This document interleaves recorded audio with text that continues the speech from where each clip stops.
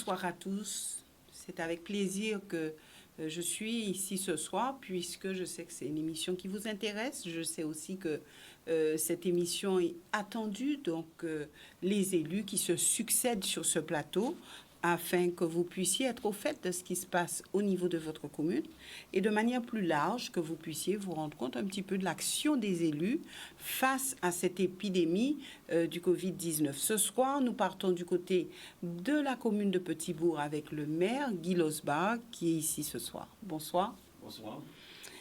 Guy Losbar, donc voilà une épidémie Covid-19 qui continue à faire couler beaucoup d'encre, mais surtout qui continue à faire en sorte que cette population s'interroge, une population qui ne sait pas toujours comment faire face à cette épidémie, avec beaucoup de questions en suspens, des questions en suspens au niveau du gouvernement, des questions en suspens au niveau des élus. Et avec tout cela, on se dit que est-ce qu'on va s'en sortir un jour et comment s'en sortir? Donc, on arrivera tout à l'heure à cela. Mais prenez juste votre casquette de vice-présidente du conseil régional quelques instants. Alors, aujourd'hui, c'est une région en marche qui agit pour le bien de la population. Bien, déjà, bonsoir aux téléspectateurs de Canal 10. Concernant la région, comme vous avez pu voir, il y a eu une plénière il y a 2 jours, puisque nous avons en charge cette responsabilité au niveau économique. Donc, il nous appartient de prendre des mesures pour accompagner les entreprises et autant que faire se peut, faire en sorte qu'il puisse y avoir une relance, puisque, comme vous le disiez, c'est une crise sanitaire sans précédent. Nous sommes pratiquement au bout de 5 semaines et le déconfinement, c'est à partir donc, du 11. Donc, si vous voulez, il y a 2 étapes. Enfin, on ne sait pas trop si ça va se faire à partir du 11. En tout cas, c'est la date avancée pour l'instant. C'est la date annoncée par le président. Donc, il y a 2 aspects. L'urgence, mais aussi, une fois le déconfinement, il faut qu'on puisse faire la relance de l'économie. Donc, concernant l'urgence, il y a un certain nombre de dispositifs qui ont été mis en place par l'État avec différents fonds, notamment le fonds de solidarité, c'est pratiquement 7 milliards, et où la région intervient en complément, puisque c'est plus de 2 millions qui seront consacrés concernant ce fonds, de manière à accompagner les plus petites entreprises. Et il y a un certain nombre de critères, vous avez dû entendre que 1 500 € par entreprise. Donc nous avons tenu compte de la spécificité donc, du territoire, de manière à ce que le maximum d'entreprises soient éligibles également. Il y a une avance sur trésorerie que nous allons mettre en place qui permettrait à ce que les entreprises puissent avoir une avance entre 3 à 5 000 € avec un différé de 2 ans qui peut aller jusqu'à 7 ans. Également, vous avez aussi donc, un fonds d'urgence que nous avons mis en place où par le biais de la BPI, c'est pratiquement des prêts entre 5 000 à 15 000 € qui seront consacrés. Et il y a tout un ensemble de mesures de relance que nous allons mettre en place avec des fonds de garantie permettant que lorsqu'il y a un prêt, qu'on puisse garantir, permettant à ce que la région puisse accorder des prêts entre 10 000 et 300 000 €. Mais là, c'est pour accompagner le redémarrage, le dynamisme de l'activité, puisqu'il faut que chacun puisse avoir conscience qu'il va y avoir un impact économique, un impact social très important. Beaucoup d'entreprises ne pourront pas faire face à cette crise. Alors justement, est-ce qu'il ne faut, pour bien faire, est-ce qu'il ne faudrait pas abandonner les dettes des petites entreprises? Donc là, ce sont des mesures sociales et fiscales. Ce sont des mesures qui ont été demandées par quels que soient les élus, les sénateurs, les parlementaires, mais également au niveau donc, des collectivités, notamment la région. Et c'est pour ces raisons aussi que même pour l'accompagnement des petites entreprises, nous avons souhaité que même lorsque il n'est pas jour des cotisations, qu'il puisse y avoir un engagement sur un moratoire de manière à ce qu'ils puissent être éligibles concernant donc les aides que la région va mettre à disposition. Alors, pour l'abandon des dettes, c'est pas gagné. Non, mais c'est une décision qui n'appartient pas au niveau de la région, donc, mais un dispositif au niveau de l'État. Mais vraisemblablement. Est-ce qu'il ne faut pas faire bloc, justement, mais il y a ce bloc pour que l'État puisse agir à ce niveau-là? Il y a ce bloc, puisqu'il y a eu une motion qui a été votée à l'unanimité donc, des présents. Donc, c'est pour bien montrer, tout bord politique confondu, il y a ce bloc, puisqu'on connaît quelle est la réalité, on connaît quelle est la faiblesse de nos entreprises, des différents secteurs. Mais ce que je dis, et là je parle plus en tant que président donc, de Guadeloupe-Uni, parti qui s'est toujours bien démarqué sur une volonté locale, une responsabilité locale, puisque dans cette crise nous montre que cette nécessité, que nous ayons une vision et que nous puissions mettre en place des stratégies beaucoup plus guadeloupéennes. Parce que nous l'avons vu aujourd'hui sur ce problème de masques ou encore de solutions hydrauliques, on a vu comment le savoir-faire de nos artisans, de nos entreprises, on peut permettre d'avoir des solutions. Moi, je pense que nous devrions avoir une vision, ne serait-ce que sur ce premier produit, masque, quitte à ce que pour les soignants qui puissent avoir des normes, qu'on puisse faire venir, mais concernant le tout public, on sait qu'aujourd'hui, les masques en tissu sont possibles, donc nous devrions lancer une vaste opération, faire en sorte que l'ensemble des couturiers, des artisans, puissent, avec des commandes importantes, puisque d'autant plus que c'est une épidémie qui va durer, qui va donner de la visibilité. Et là aussi, c'est une façon de pouvoir accompagner ce secteur en particulier et qui est un secteur de l'économie. Alors également pour les solutions. C'est quand même dommage parce qu'on se dit, Guy Losbar, est-ce qu'il faut attendre une crise pour que toutes les bonnes volontés puissent, on va dire, émerger, parce qu'on sait qu'il y a, au-delà de cette épidémie Covid-19, on sait qu'il y a des entrepreneurs qui ont de belles idées, des idées innovantes. Alors on se dit, oui, là, bon, il y a les masques, il y a tout ça, mais est-ce qu'il ne faudrait pas, à partir de tout cela, essayer de propulser tous ceux qui ont de bonnes idées, de belles idées pour que la Guadeloupe puisse se développer de manière cohérente. Mais il ne faut pas attendre une crise. Et d'ailleurs, on n'attend pas une crise. L'avantage, si je peux m'exprimer ici, de cette crise, c'est de révéler un certain nombre d'évidences. Cette nécessité que nous ayons des stratégies purement locales en termes de production, en termes de consommation, sur le plan de l'agriculture et bien d'autres.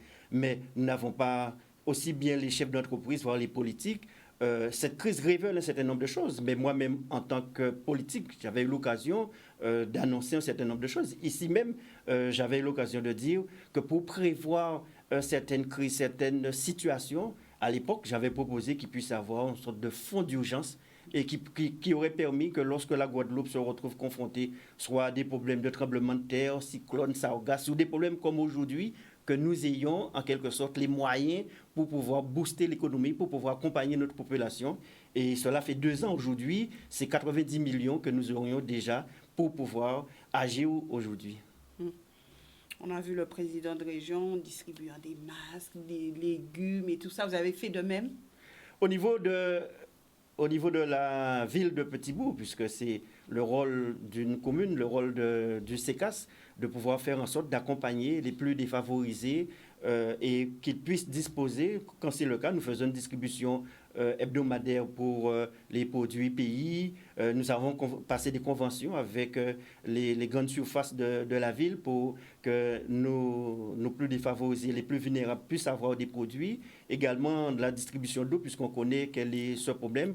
Au niveau de la région, il va falloir accompagner les différents producteurs pour qu'ils puissent, en quelque sorte, bénéficier, avoir des perspectives en termes de marché. Et nous l'avons vu, cette crise le montre. Les opérations telles qu'avec les différentes coopératives, le système donc de drive, nous montre de cette nécessité que nous ayons d'autres stratégies, mais des stratégies qui soient basées sur nos potentialités, qui soient basées sur nos réalités, et qu'aujourd'hui, la crise nous révèle plus que jamais, il faudrait que nous soyons dans cette démarche, qu'on pense Guadeloupe, qu'on agisse Guadeloupe. Donc on peut dire région, département, même combat, main dans la main? Au-delà de région, département, c'est quand nous sommes dans une telle situation, c'est l'ensemble des élus. Et au-delà des élus, c'est l'ensemble de la population qui doit faire preuve de solidarité. D'ailleurs, j'ai eu l'occasion de souligner cette solidarité qu'on a pu voir, aussi bien au niveau de la population, au niveau donc des entreprises qui prennent des initiatives.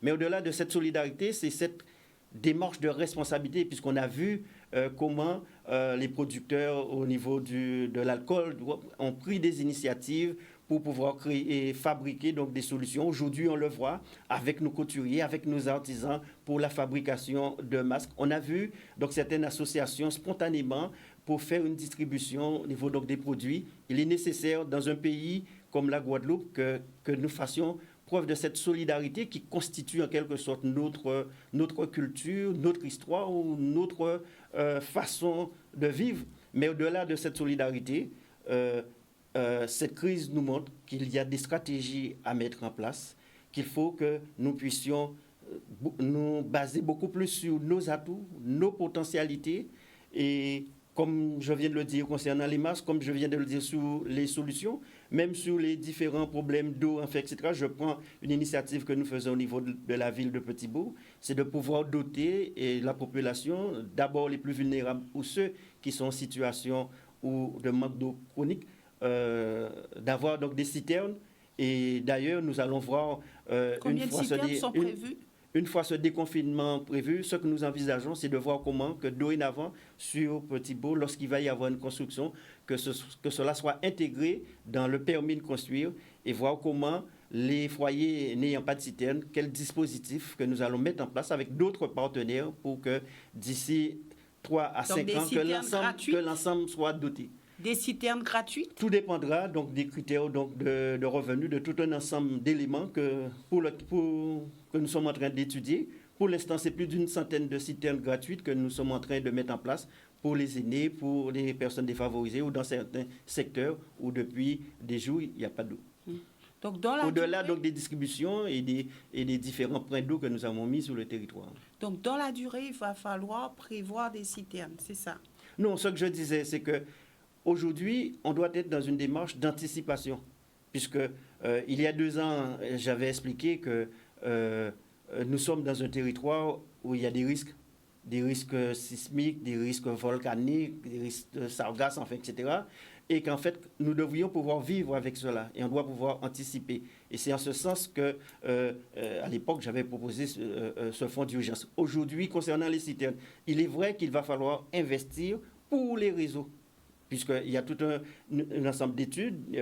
Hier encore, il y avait une réunion concernant l'eau avec ce syndicat unique de manière à ce que sur l'ensemble du territoire. Mais ce que je dis, c'est que quel que soit le réseau, le fait que de par notre situation, chaque foyer doit pouvoir avoir un minimum d'autonomie en cas de crise. Aujourd'hui, c'est le virus, mais on peut être en situation de séisme ou de cyclone où le réseau ne fonctionne pas. Concernant le virus, c'est justement parce qu'il y a ce problème d'eau qui persiste en Guadeloupe que nous sommes en grande difficulté. Alors, quand vous dites il va falloir mettre des citernes, est-ce que c'est quelque part dire aux Guadeloupéens que ce problème d'eau ne sera pas réglé de sitôt? Non, c'est pas, puisque je vous ai dit en parallèle, puisqu'il y a 2 actions. Je vous ai dit en parallèle, aujourd'hui, il y a un certain nombre d'investissements qui sont nécessaires pour régler ce problème. Et d'ailleurs, il y a eu un plan d'urgence où la région, le département sont venus en appui aux différentes communautés d'agglomération pour qu'au moins les taux d'eau soient moins pénalisants. Parce que c'est un problème qui pénalise le développement. Au-delà de l'aspect social que nous vivons aujourd'hui, l'aspect sanitaire, mais indépendamment du virus, c'est un problème qui existait déjà et pour lesquels il va falloir des solutions. Donc il y a un certain nombre de pistes qui sont en train d'être mises en place. Mais ce que je voudrais dire, même si tous les réseaux de la Guadeloupe sont performants, tous les réseaux sont performants lorsqu'on va arriver à ce stade-là. Mais nous sommes dans un pays où il y a un certain nombre de risques naturels. Donc vous ne pouvez pas construire en Guadeloupe comme vous allez construire en Bretagne, vous allez construire en Californie. Il faut en tenir compte. Et c'est pour cela, dans ces dispositifs, que nous prenons en charge, je disais, concernant donc les citernes et tout, et l'étaler sur l'ensemble du territoire. Là, c'est en tant que maire de Petit-Bourg que je m'exprime. Alors, est-ce que vous n'avez pas l'impression, et c'est très bien que vous puissiez parler des citernes, est-ce que vous n'avez pas le sentiment que là où ça fonctionnait, certaines décisions politiques ont fait que ça n'a plus fonctionné? Rappelez-vous, il y a quelques années de cela, il y a, je vais dire, une trentaine d'années, voire un peu plus, lorsque les gens construisaient, c'était avec des citernes. Alors après, il a été dit, oui, mais les citernes, il faut faire attention parce que il y a des risques pour la santé, etc. Donc, on a conseillé aux gens de ne plus construire avec des citernes. Et aujourd'hui, on en revient, on dit oui, mais maintenant, il faut construire avec des citernes. Alors, est-ce que ce n'est pas un petit peu balloter une population, on va dire, à droite, à gauche, sans savoir bien comment faire les choses? Non, mais vos propos confirment ma démarche. Puisque ce que je dis, c'est qu'on doit tenir compte, lorsqu'on met en place des politiques publiques, vous devriez tenir compte de la réalité de votre pays. Vous devriez tenir compte des atouts de votre pays, des handicaps, des potentialités. Or, nous sommes dans un système, la construction en Guadeloupe doit se faire comme la construction sur l'ensemble du territoire français. Donc, si bien que certains critères, certains éléments qui étaient valables pour la Guadeloupe, peut-être ont été délaissés. Donc, les anciens avaient très bien compris. Et aujourd'hui, on se rend compte de cette nécessité. Et la crise ne fait que révéler un certain nombre de stratégies que nous devrions mettre en place. Donc, il va falloir y revenir, on va dire. Lorsqu'on voit aujourd'hui dans cette crise, même des grandes puissances, des grands pays se rendent compte qu'il faut pouvoir recentrer, réorganiser leur industrie, réorganiser leur approvisionnement. Alors que ici, au niveau de la Guadeloupe, nous l'avons dit, il faut que les stratégies, les politiques publiques soient dans cette démarche, que mettre en avant les atouts, les potentialités. C'est pour cela, pour ne pas me répéter, mais ce problème de masques, aujourd'hui, les masques en tissu, c'est possible. Ce qui serait nécessaire, c'est que l'ensemble de toutes les collectivités, tout le monde, on se dit, bon, eh bien, si c'est 1 million, 2 millions de masques en tissu qu'on va commander chez les couturiers, chez les différents producteurs, quitte à ce qu'il y ait des associations qui puissent se mettre en place, mais de manière à ce que nous soyons nous-mêmes acteurs de notre prise en charge. Pour terminer sur ce problème de l'eau, est-ce que ça vous choque que le préfet puisse parler de réquisition? Il y a eu un long débat. Déjà, le problème d'eau, il est vrai qu'aujourd'hui, c'est un problème qui pénalise depuis des mois, voire des années, et qui s'accentue, puisque lorsque vous êtes maire, vous êtes confronté en permanence avec des secteurs quand il n'y a pas d'eau, depuis 2 jours, 3 jours, 4 jours. Et vous comprenez, d'autant plus qu'on sait très bien que l'une des préconisations concernant cette crise, c'est de dire qu'il faut se laver en permanence, alors que si l'eau est rare. C'est pour ces raisons que je dis ce qui est important aujourd'hui. Non pas forcément les différentes responsabilités, puisqu'il y a beaucoup de responsabilités conjointes, communes, puisqu'il est vrai que les politiques sont des cibles, mais l'État non plus n'est pas exempt en termes de responsabilités concernant. Ce qui est important aujourd'hui, c'est de faire en sorte que très rapidement, dès lors que le déconfinement, les choses vont se reprendre, que nous puissions mettre en place une véritable stratégie et une véritable programmation concernant l'habilitation et la résorption donc, des réseaux.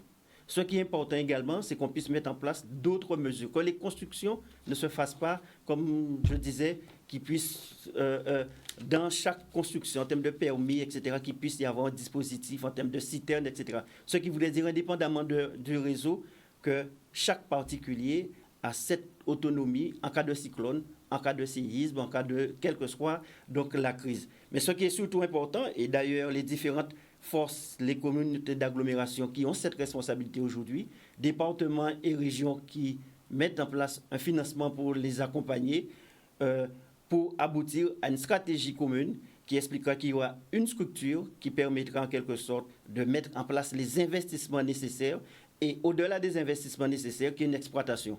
Ce qu'il faudrait, c'est que, comme pour d'autres, pour l'électricité et autres, c'est-à-dire quand il y a un problème d'eau, que cela soit réglé techniquement, sans pour autant qu'il faille appeler un maire, un président, ou que les choses se fassent. En tout cas, que l'exploitation, que chaque Guadeloupéen se rende compte que l'exploitation se fasse normalement, sans pour autant qu'il ait ce sentiment qu'il y a des intervergences politiques. Le préfet disait sur ce plateau même qu'aujourd'hui, ceux qui veulent acheter des citernes ne peuvent pas le faire parce que avec cette crise-là, les citernes sont hors de prix. Est-ce qu'on peut dire que vous avez, vous, en tant que maire, est-ce que vous avez pu avoir des citernes à un bon prix? Enfin, en tout cas, sur la ville de Petit-Bourg, pour l'instant, on installe des Ça citernes. se passe bien? Oui, on installe des citernes. Certains administrés demandent des pompes en plus, enfin, etc. Mais sinon... Pas hors de prix, de toute façon. Non, non. Il faudrait donner Et tout dépend aussi de quelle est la capacité de la citerne. Enfin, il y a tout un ensemble d'éléments. Mais aujourd'hui, en tout cas pour les plus défavorisés, nous avons mis en place un dispositif. Et d'ailleurs, je crois qu'il y a d'autres communes qui agissent de même. Et pour la mise en place donc, de ces citernes. Et les personnes pourront garder les citernes. Oui, puis c'est définitif. Il y a déjà une cinquantaine qui sont installées. Sur Petit-Bourg. Bien, alors, on avance concernant ce problème de l'eau apparemment à Petit-Bourg. Alors, Guy Losbar, avez-vous vraiment l'impression que nos élus ont bien, non pas géré, mais ont été suffisamment véatifs vis-à-vis de cette épidémie Covid-19, puisque selon les remontées, selon ce que la population dit, en tout cas le sentiment que cette population a, c'est que nos élus, au début, étaient on ne peut plus absents et il y a eu des cafouillages et cette population ne s'est pas sentie en sécurité. En tout cas, par rapport à tout cela, elle s'est sentie bien seule. Et alors, qu'avez-vous à dire en tant qu'élu, en tant que maire par rapport à ça? Est-ce que vous reconnaissez qu'au début, il y a eu quelques flottements de la part de nos élus? Quelques frottements de la part de nos élus, je dirais non. Et puis, tout dépend de chaque commune. Je ne pourrais pas m'exprimer pour l'intégralité des élus. Ce qu'il faut se dire, c'est que cette épidémie Covid-19 est sans précédent. Quand on parle de cafouillage, on a entendu les cafouillages à tous les niveaux. Vous avez entendu les propos d'abord au plus haut niveau, président de la République, Premier ministre, gouvernement. On a entendu des cafouillages, des médecins qui se contredisent à ce niveau-là. Donc, concernant les politiques, très rapidement, lorsque les mesures ont été mises en place, dès le lundi, les différentes communes ont mis en place tout un ensemble de dispositifs.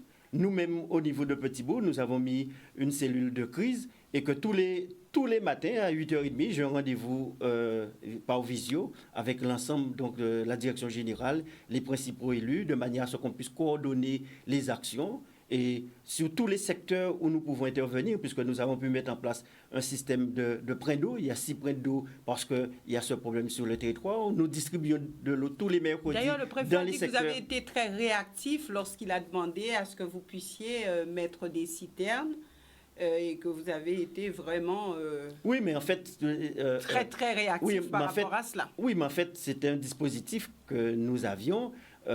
C'est pas en 24 heures qu'on met en place des citernes, enfin, etc. Donc, puisque, comme je dis, il faut pouvoir anticiper. Donc, pour rester sur ce point d'eau, il y a 6 points d'eau sur le territoire de Petit-Bourg. Tous les mercredis, nous faisons une distribution, notamment dans le secteur de Carré, où il y a un manque d'eau très important, chronique sur ce territoire. Et pour les aînés, nous faisons des distributions, donc des repas. Il y a 70 repas qui sont acheminés chaque jour. Là, c'est chaque jour pour nos aînés. Nous faisons donc des paniers, tout un ensemble d'éléments au niveau du Centre communal d'action sociale. Vous faites des paniers, donnez-nous un petit peu plus de précision concernant des paniers. Donc, il y a eu les paniers pays au niveau de la région, mais depuis, donc au niveau de la ville de Petit-Bourg, nous avons passé partenariat avec les acteurs, les commerçants, les producteurs sur place. Et c'est chaque semaine, c'est plus de 200 à 300 paniers que nous distribuons. Nous avons passé une convention aussi avec les grandes surfaces sur le territoire, de manière à donner, surtout à nos aînés, un certain nombre de produits de première nécessité, et là aussi qui est bien accueilli. Nous avons aussi au niveau du CECAS une plateforme qui permet, lorsqu'un petit bourgeois appelle, s'il doit bénéficier du concours d'une assistante sociale, d'un psychologue, enfin des différentes personnes habilitées, puisque dans ce problème de confinement, il y a les aspects, il y a les aspects alimentaires, les aspects sanitaires, mais il y a aussi les aspects psychologiques où parfois on peut se retrouver avec certaines personnes qui sont en détresse psychologique. Donc là aussi, on doit pouvoir qui ne supportent pas non voilà, plus le apporter un confinement. soutien. Il y a aussi ce que nous avons mis en place, confiné mais pas isolé. C'est tout un ensemble par le biais donc, des moyens technologiques, numériques, ce qui permet à ce que nous soyons en communication avec nos administrés. Donc on fait intervenir des coachs, on fait intervenir donc, des professeurs, nous faisons intervenir donc, des artistes qui créent ce lien avec la population. On demande aux petits bourgeois d'être inventifs, d'être créatifs, et en fonction de leur création, c'est diffusé sur les différents réseaux au niveau de la ville. Donc quand je donne ces éléments, c'est bien pour montrer cette proximité. Moi-même, j'ai eu l'occasion de faire vendredi dernier une visio avec l'ensemble des administrés. C'était ouvert à tout le monde. À certains moments, il y avait pratiquement 500 personnes en visio sur cette conférence. Et pendant 1h30, les administrés m'ont posé des questions de toute nature concernant cette crise. Alors, nous allons poursuivre d'ici quelques instants, puisque nous avons un appel de téléspectateurs, certainement une question pour vous, puisque aujourd'hui nous sommes confinés, il y a le couvre-feu, donc nous essaierons de savoir comment ça se passe chez vous à Petit-Bourg. Est-ce que vous avez une population disciplinée ou est-ce que il y a quelques frictions concernant ce confinement et ce couvre-feu? Nous avons un premier appel. Bonsoir, nous vous écoutons. Bonsoir. Petit-Bourg. Monsieur Badi. Alors, il y a un décalage, monsieur. Est-ce oui. que vous pouvez reprendre, s'il vous plaît? Alors, j'ai dit, j'appelle le petit. Monsieur Badi. Vous appelez Petit-Bourg? J'appelle Monsieur Badi. D'accord. Voilà. Monsieur? Monsieur Badi. Alors, est-ce que vous pouvez vous éloigner de votre téléviseur, s'il vous plaît, ou le couper carrément? Oui, oui. Parce que sinon, vraiment, on est en décalage. Oui, il n'y a pas de...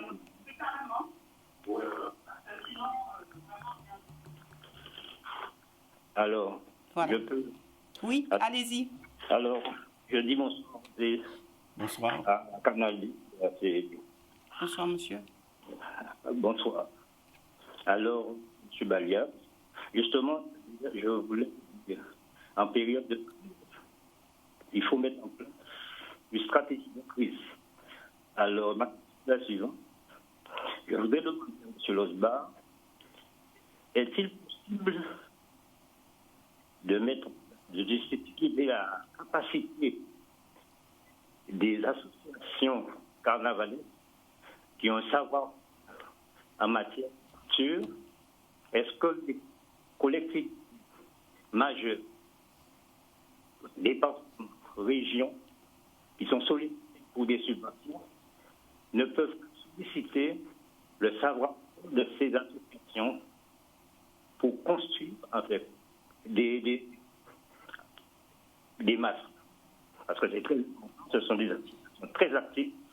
Et quand on regarde la télé, la manière dont ils fonctionnent pour construire tous les habits du carnaval, je crois que ce serait une chose pour la bonne. Et en plus, est-ce que les collectivités ne peuvent utiliser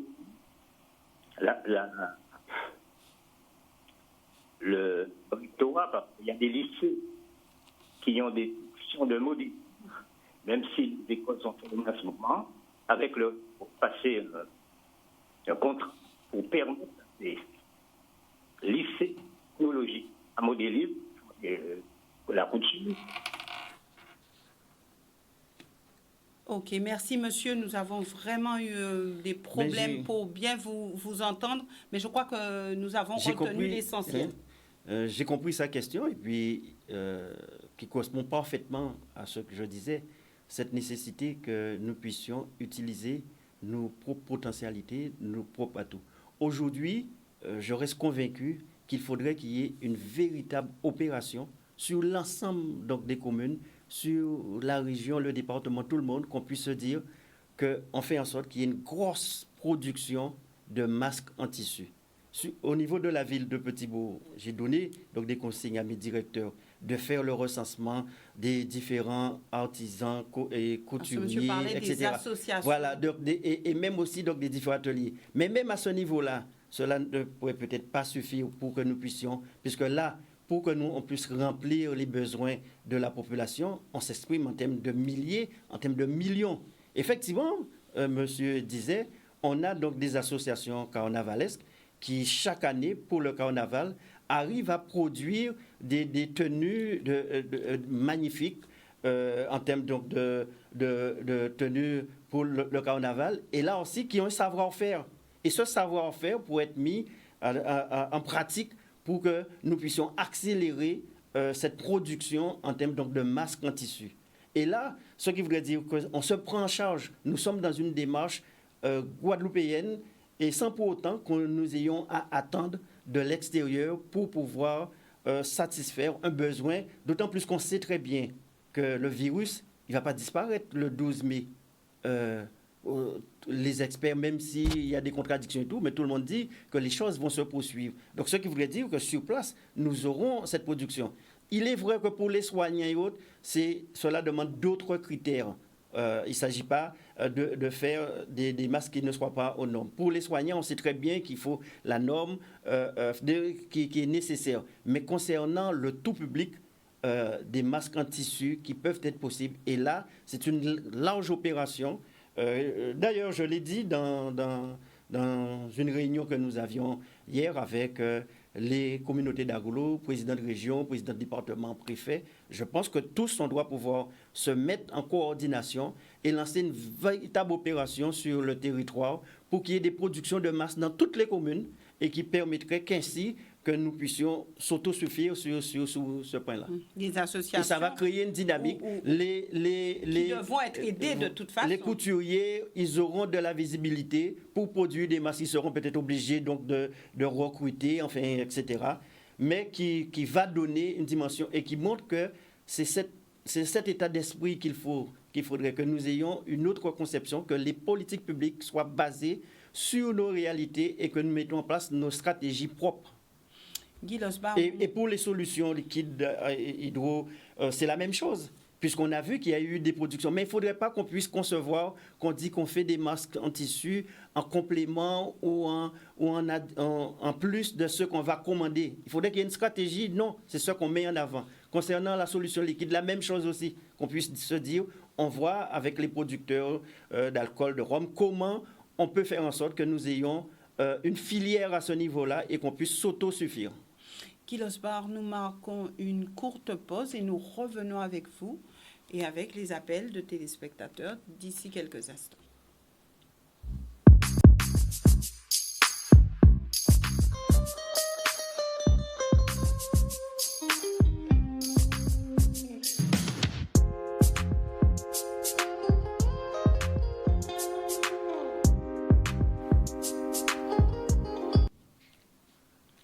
Voilà, donc ce soir, notre politique face au Covid-19, c'est le maire de la commune de Petit-Bourg, Guy Losbar. Guy Losbar, donc, confinement, couvre-feu, ce sont des mots qui parlent. Mais est-ce que cette population suit convenablement le confinement et le couvre-feu?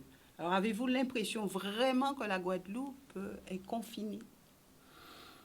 En fait, lorsqu'on regarde les résultats, puisqu'on voit qu'il n'y a pas... Le virus circule toujours, mais on reste au moins 2-3 jours sans qu'il y ait de nouveaux cas. Un décès supplémentaire depuis hier. Un décès supplémentaire, mais sans qu'il y ait de nouveaux cas, c'est qu'on arrive à contenir. Lorsqu'on voit le taux par rapport à la population, ce qui montre que les différentes mesures prises aussi bien par le préfet, aussi bien par les différentes collectivités portent son fruit. Et surtout, les Guadeloupéens ont, par rapport à ce problème de confinement, ont su quand même respecter un certain nombre de dispositions sanitaires. il est vrai qu'il a fallu peut-être mettre le couvre-feu, tout un ensemble de choses, mais n'empêche que si on regarde sur un plan purement statistique, en termes de résultats, à la date d'aujourd'hui, on sent que le virus est moins présent que dans d'autres territoires si on fait une comparaison avec la métropole. Et même dans l'outre-mer, nous ne sommes pas dans une situation plus critique que d'autres. Alors, les médecins de ville disent que les gens ne vont pas forcément au CHU.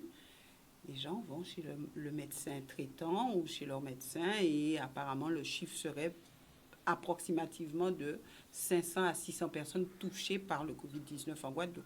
Oui, mais je pense que tout le monde s'imagine que ce sont des cas qui ont été recensés par, par les hôpitaux ou le système médical. Tout le monde s'imagine qu'effectivement, il y a d'autres cas sur le territoire. Mais ceci est valable également pour tous les autres pays. Les chiffres qu'on entend en France hexagonale ou en Espagne, etc., c'est toujours concernant les cas recensés au niveau de l'hôpital.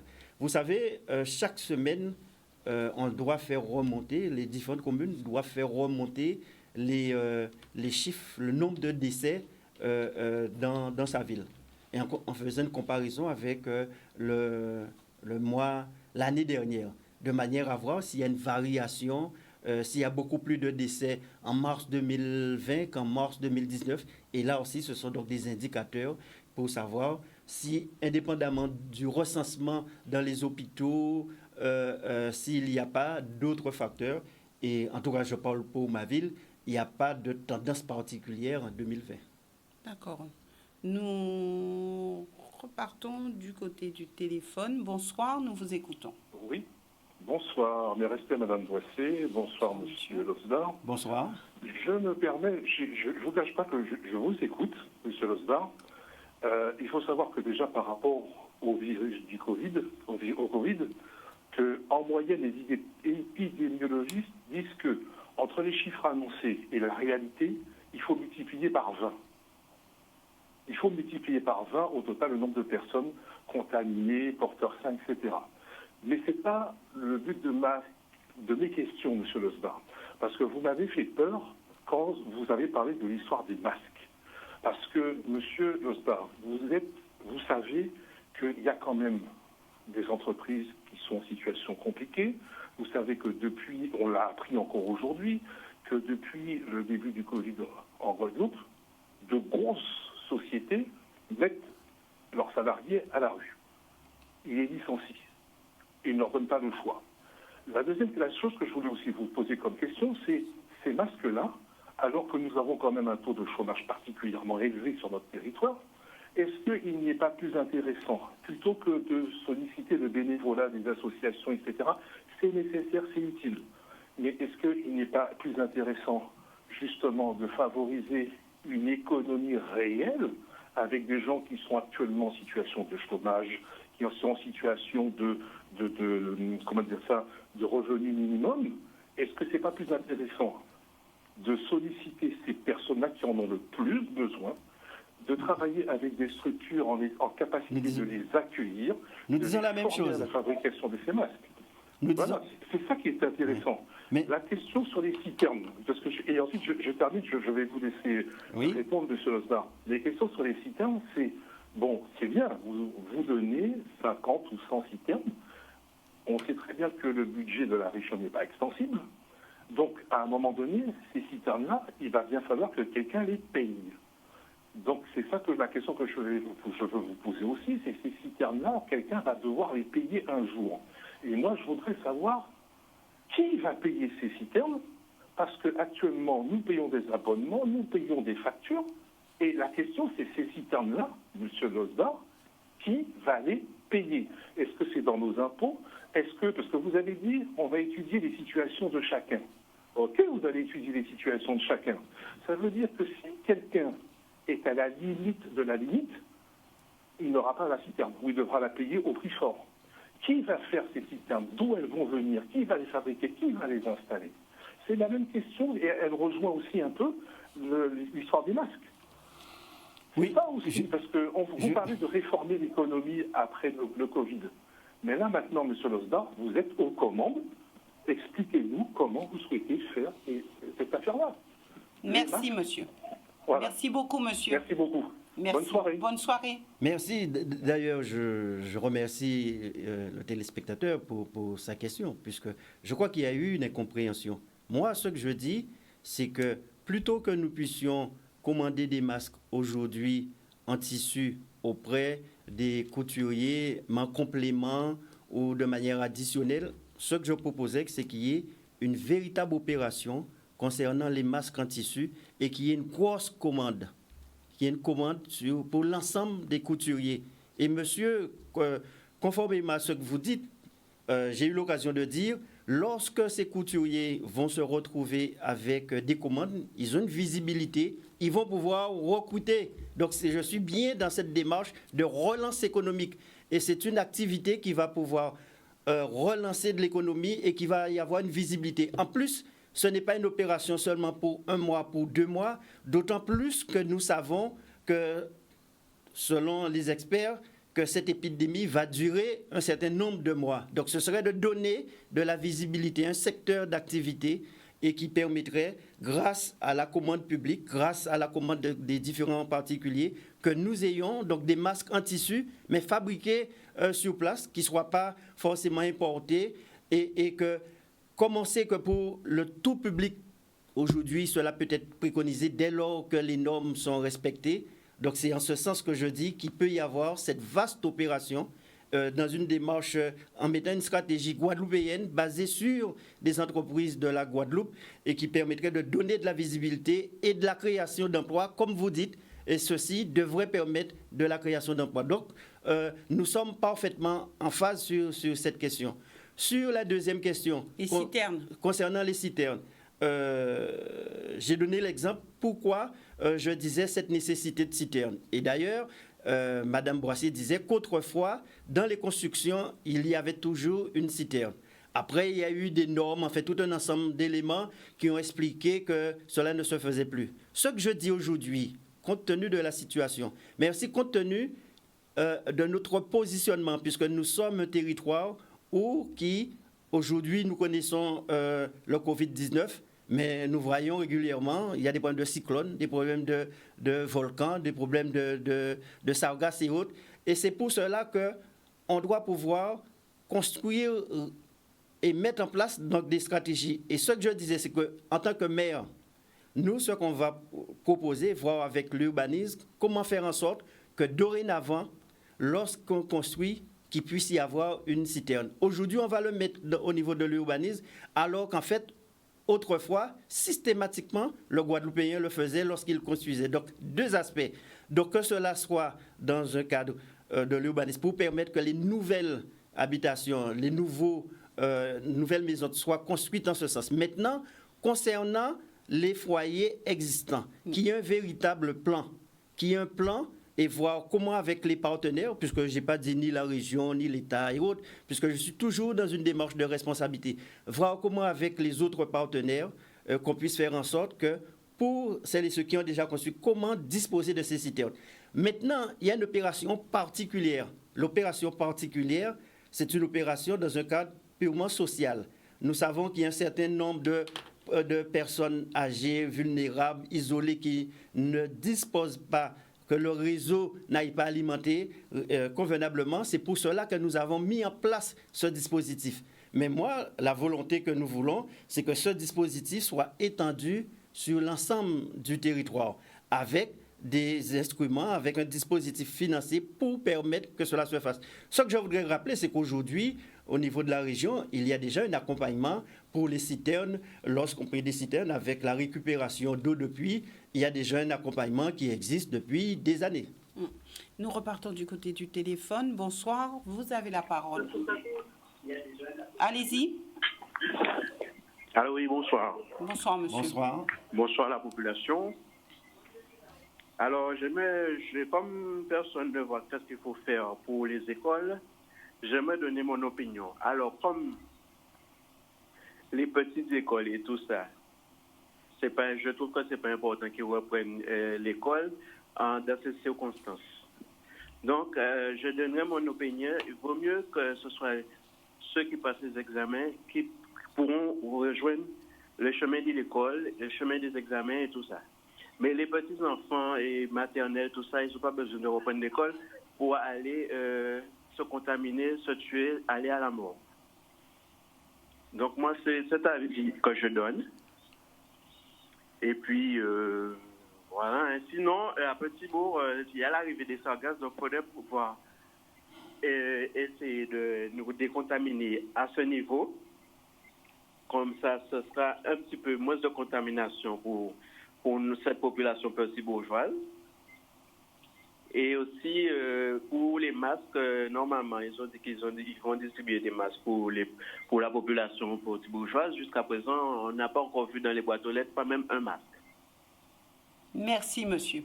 Alors, trois questions. Et aussi, il y a des coupures d'eau à Petit-Bourg. Jusqu'à présent, ils ont dit qu'ils vont distribuer des packs d'eau. Il y a des secteurs qui ont dit que tel jour, il y aura de l'eau. Venir dans les points de ravitaillement, ils disent que revenez le lendemain parce que c'est pas encore au point, on peut pas encore vous fournir de l'eau. Merci. Merci, monsieur. Alors, on laissera l'école juste pour la dernière question, puisque j'avais l'intention de vous poser cette question, reprise de l'école le 11 mai, surtout pour être au plus près de la situation. Alors, pour les masques, distribution de masques, de packs d'eau, mais aussi concernant les sargasses. Donc, concernant les sargasses, tout le monde sait que c'est un problème qui, chaque année, nous sommes confrontés à cela, qui nécessite des moyens très importants. Aujourd'hui, nous avons fait une opération sur également la plage de Viard pour ne pas laisser les choses se dégrader, également dans le centre-bourg. Il y a un certain nombre de dispositifs qui avaient été mis en place, notamment des kits sargasses. La ville, nous avons fait l'acquisition de ces kits sargasses, mais qui ne permettent pas, en quelque sorte, d'intervenir en tout lieu, notamment donc, dans les lieux assez particuliers, sur les falaises, enfin, etc. Nous sommes en train de voir en parfaite coordination avec les services de l'État et voir avec d'autres villes comment on pourrait mutualiser les moyens avec le système donc, de filet pour éviter cela. Ce que je dirais, par contre, sur un certain nombre de questions qui ont été posées par monsieur, sans doute, il ne consulte pas le site de la ville où ces informations sont fournies. Effectivement, nous, tous les mercredis, j'ai eu l'occasion de le dire, dans la zone de Carrère, puisque c'est une zone où il n'y a pas d'eau de manière permanente. Donc, c'est bien, c'est pour cela que nous intervenons. Et nous avons mis en place 6 points d'eau. Nous l'avons mis à Prise d'eau, à La Lézarde, à Grande Savane, non pas à Grande Savane, dans le centre-bourg, à Carrère et à Doubin. Et je peux vous dire qu'il y a 2 agents avec masque, les systèmes, 2 agents de 7h30 à 12h30 et qui font remonter les statistiques. Il n'y a aucune personne qui vient. Depuis un mois. Il n'y a personne. C'est rare, vous allez voir un jour une personne ou 2 personnes, mais systématiquement sur l'ensemble des sites, il n'y a personne qui vient sur ces différents sites. Mais nous l'avons pris, c'est un dispositif de crise et de sécurité que nous avons mis en place. Autre chose que je précise, dans les secteurs où parfois il y a des coupures d'eau 1 ou 2 jours, nous ne faisons pas de la distribution, puisque nous estimons qu'il y a une organisation qui peut se mettre en place, d'autant plus qu'il y a des points d'eau dans ces différents secteurs. Concernant la distribution donc, des masques, à la date d'aujourd'hui, le maire de Petit-Bourg ne s'est pas engagé à dire qu'à telle date, il y aura des masques dans les boîtes aux lettres. Et surtout dans les boîtes aux lettres, puisque vous imaginez bien, ce serait ne pas respecter toutes les mesures sanitaires qui sont préconisées. Par contre, ce que nous avons dit, dans un premier temps, les masques que nous allons pouvoir disposer seront pour les personnes vulnérables, puisque comme j'expliquais, il y a un certain nombre de personnes à qui nous faisons donc des repas, enfin, etc. Les personnes âgées seront vulnérables et la distribution a commencé, première chose. Deuxièmement, en tant que forcément employeur, c'est l'obligation de tout employeur de faire en sorte que son personnel puisse disposer donc de masques également. Donc nous, c'est notre obligation. Actuellement, malgré le confinement, il y a une centaine d'agents de la ville qui travaillent tous les jours et ils sont quand même 560. Donc là aussi, ce sera cette obligation qu'il faut remplir dans un premier temps comme tout employeur. Et moi, pour ne pas me répéter sur ce point de marque, ce que je dis, c'est qu'on doit avoir une stratégie, une opération au niveau de l'ensemble donc, du pays, de faire en sorte que nous ayons donc des masques en tissu produits par nos couturiers, par nos artisans, qui eux-mêmes, pour pouvoir produire, vont devoir embaucher, enfin le monsieur évoquait, et qui nous permet de mettre en place une stratégie, de créer une filière basée sur la situation que nous connaissons aujourd'hui. Nous récupérons un dernier appel, une dernière question pour vous. Bonsoir, nous vous écoutons. Oui, bonsoir. Bonsoir. Oui. Allez-y, madame. Oui, bonsoir, Yves Boissé. Bonsoir, monsieur Losbar. Bonsoir, madame. C'est madame Cordemornalo, on se connaît très bien, monsieur Losbar. Et vous êtes plusieurs à passer cette semaine et ça m'embête encore de vous poser peut-être éventuellement la même question comme j'ai essayé de le faire avec monsieur Lurel. Je n'ai pas pu la poser au président cette semaine, mais à chaque fois vous revenez sur le problème de l'eau en Guadeloupe. Tout un chacun, vous avez dit que vous alliez faire une seule entité pour permettre à l'eau de fonctionner convenablement en Guadeloupe. Mais, monsieur Losbar, il y a un regret que j'ai, parce que moi aussi, je suis une femme publique, tout comme vous, mais je pense que vous manquez quelque part d'expliquer à la population que par rapport à l'étude de 2015, sur l'état quantitatif de l'eau, il y a un problème. Sur l'état chimique de l'eau aujourd'hui, il y a un problème et ça date de plusieurs années. Et que pour le moment, ça ne sera pas résolu. Pourquoi? Parce que beaucoup de communes ne sont pas venues assister à la présentation que votre collègue a faite récemment au mois de janvier avec la DIAL concernant le stage pour présenter les manquements, les problèmes que nous aurons à l'avenir et que les élus ont l'obligation de réfléchir dès maintenant pour que nous n'ayons pas une salinité de l'eau d'une manière générale et de façon pour que ça ne soit pas, parce qu'après ça sera irréversible. Nous étions que deux malheureusement ce jour-là.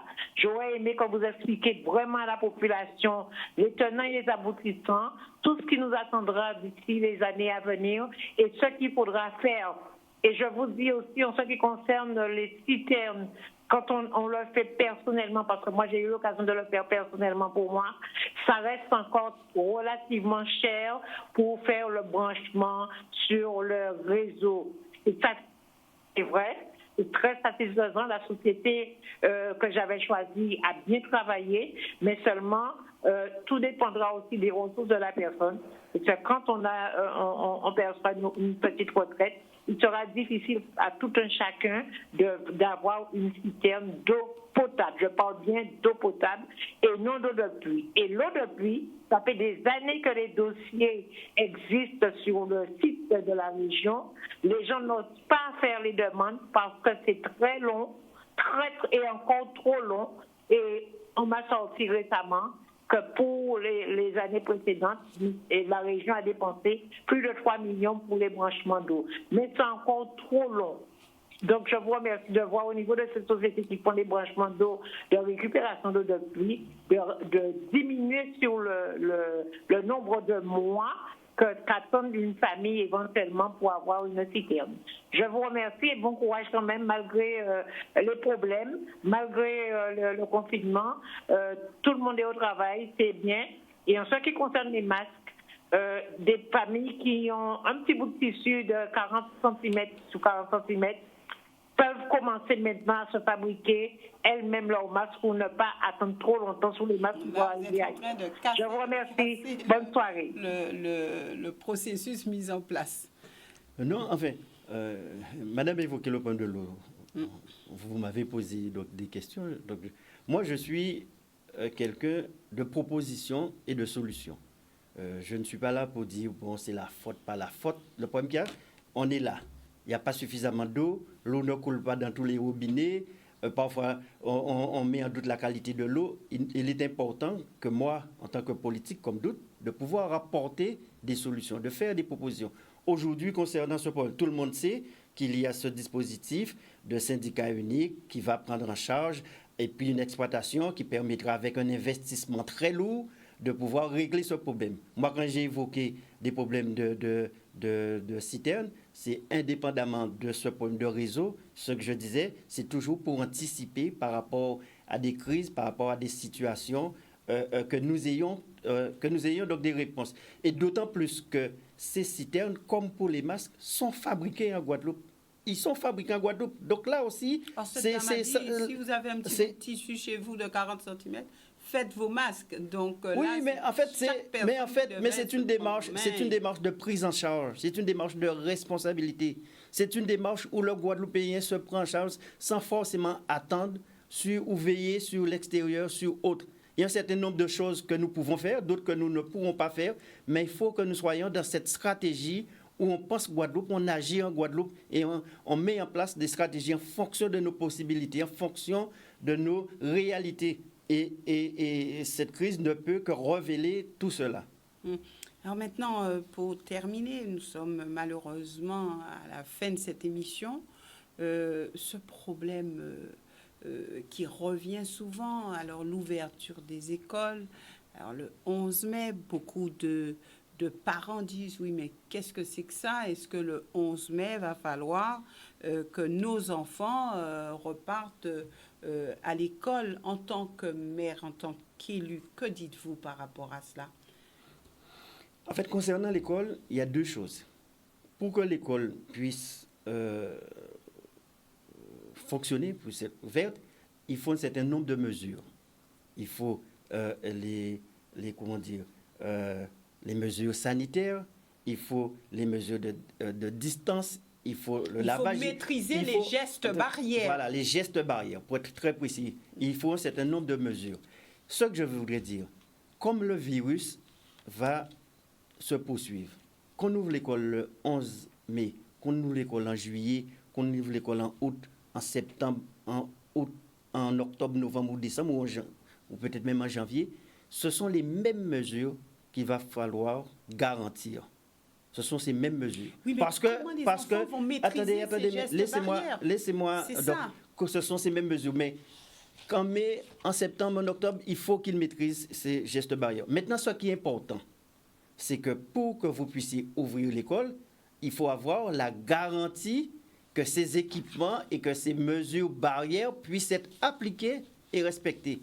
Il faut avoir la garantie que les écoles, quel que soit le niveau d'école, que tout a été fait en termes donc de lavage, en termes donc de classes réorganisées. Et c'est tous ces éléments qui vont nécessiter réouverture ou pas de l'école.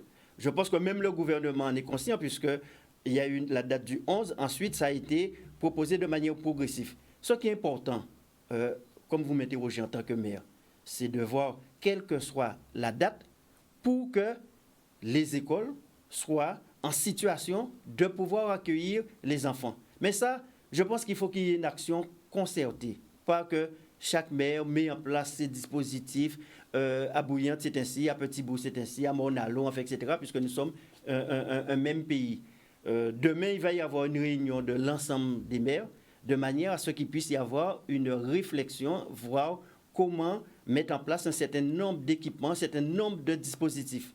Donc, c'est surtout cela qui est important. Et maintenant, une fois que ces dispositifs on a mis en place un protocole, une procédure, après, il faudrait déterminer quelle date que cela puisse être possible. Mais quelle que soit la date, avant tout, il faut garantir que les enfants, les enseignants, que tout le monde puisse pouvoir travailler en respectant ces mesures barrières et en respectant toutes les mesures sanitaires imposées. Alors, rapidement, puisque nous n'avons plus de temps, et c'est dommage, dites-moi ce que vous comprenez par là. Le président de la République dit les étudiants. Donc, pour les universités, la rentrée, ça sera au mois de septembre. Les enfants, école primaire, secondaire, ça sera à partir du 11 mai. Alors, qui mieux que des étudiants, qui sont déjà autonomes, etc., peuvent maîtriser ces gestes barrières. Alors, comment comprendre que les étudiants des universités reprennent en septembre et que des enfants de 3 ans et plus, un peu plus, font leur rentrée au mois de mai? Alors, comment comprendre des enfants qui ne vont pas vraiment maîtriser tous ces gestes barrières, des enseignants qui auront à charge ces enfants, 28, 30 enfants? Et comment est-ce possible? Alors, c'est surtout ça. Ceux qui maîtrisent, ils rentrent en septembre, et ceux qui auront des difficultés à maîtriser en mai. Pour vous, qu'est-ce qui a motivé ce gouvernement? Lors de la présentation donc, des mesures, je crois que le Premier ministre a expliqué, c'est pour éviter qu'il puisse y avoir cette différenciation entre les enfants les plus défavorisés qui n'ont pas accès à numérique et les enfants les plus défavorisés, ce qui crée un décalage. Mais je pense que tout le monde est conscient qu'il y a aussi cette nécessité qu'il y ait une reprise de l'activité sur le territoire national. Et que si les parents sont obligés de garder leurs enfants, ils ne pourront pas reprendre le travail. Mais ce que je voudrais dire, pour rester toujours pragmatique, ce qui est important pour nous, c'est que quelle que soit la date, que nos enfants puissent pouvoir être en situation où les mesures barrières peuvent être appliquées et respectées et où tous les équipements nécessaires puissent être mis à disposition dans les différentes écoles communales, collèges ou départements. C'est surtout cela qui est important pour nous, puisque les mêmes contraintes que nous avons pour le 11 ou le 12 mai, nous aurons ces contraintes. Donc ce qui est important, c'est de s'assurer aujourd'hui qu'on puisse prendre les dispositions, et quelle que soit la date qui sera possible, à ce moment-là, nous serons Il faut être prêt. Voilà. Merci Guy Losbar d'être venu sur ce plateau. Merci aussi à vous, téléspectateurs, de nous avoir suivis. Nous nous retrouvons demain avec un autre invité politique. Excellente soirée à tous.